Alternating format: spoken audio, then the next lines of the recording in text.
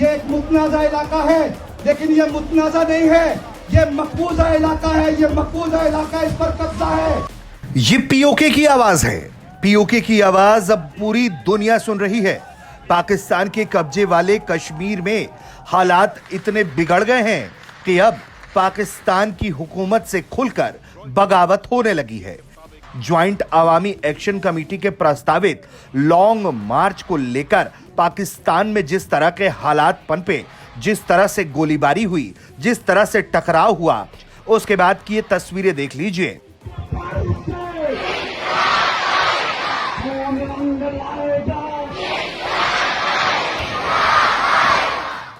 लगातार पाकिस्तान ऑक्यूपाइड कश्मीर के अंदर बवाल चल रहा है और वहां से खुलेआम अब पाकिस्तान की सरकार, पाकिस्तान की सेना को चुनौती दी जा रही है। अक़वाम मुत्तहिदा के चार्टर के मुताबिक ये इस पर क़यादतें मौजूद हैं और उन क़यादतों की मौजूदगी में ये एक डिस्प्यूटेड टेरिटरी है, ये एक मुतनाज़ा इलाका है, लेकिन ये मुतनाज़ा नहीं है, ये मकबूजा इलाका है, ये मकबूजा इलाका, इस पर कब्जा है, इस पर सभी कब्जा है।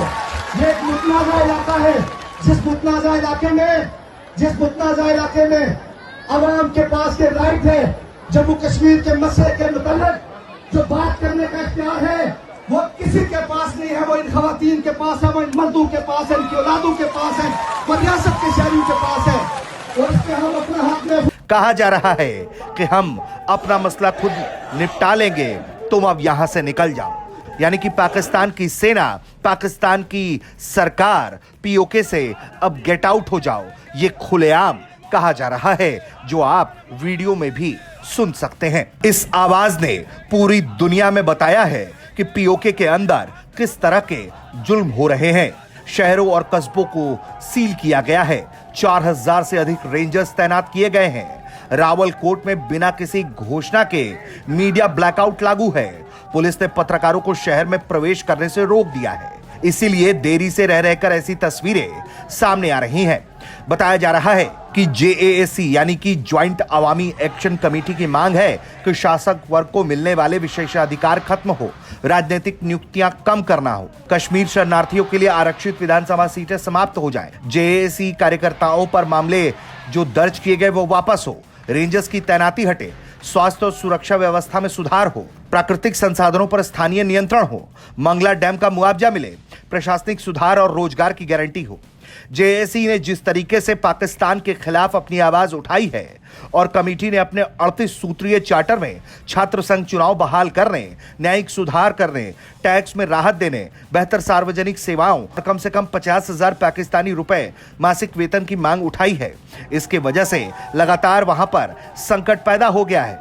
पाकिस्तान की सेना इस आंदोलन को कुचलने के लिए पूरी ताकत से कार्रवाई करने पर लगी है, लेकिन इस बार पीओके की आवाम चुप बैठने के मूड में नहीं है और यही वजह है कि सरदार अमन खान के नेतृत्व में पाकिस्तान ऑक्यूपाइड कश्मीर ने पाकिस्तान की सेना और पाकिस्तान की सरकार को पूरी तरह से चुनौती पेश कर दी है।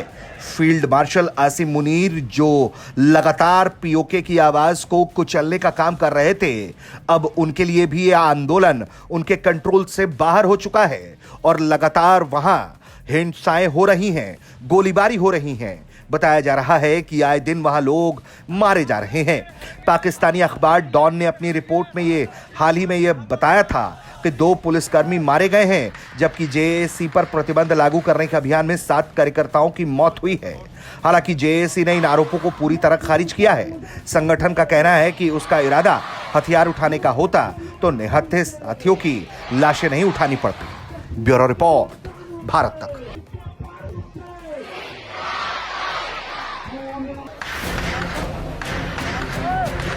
आजादी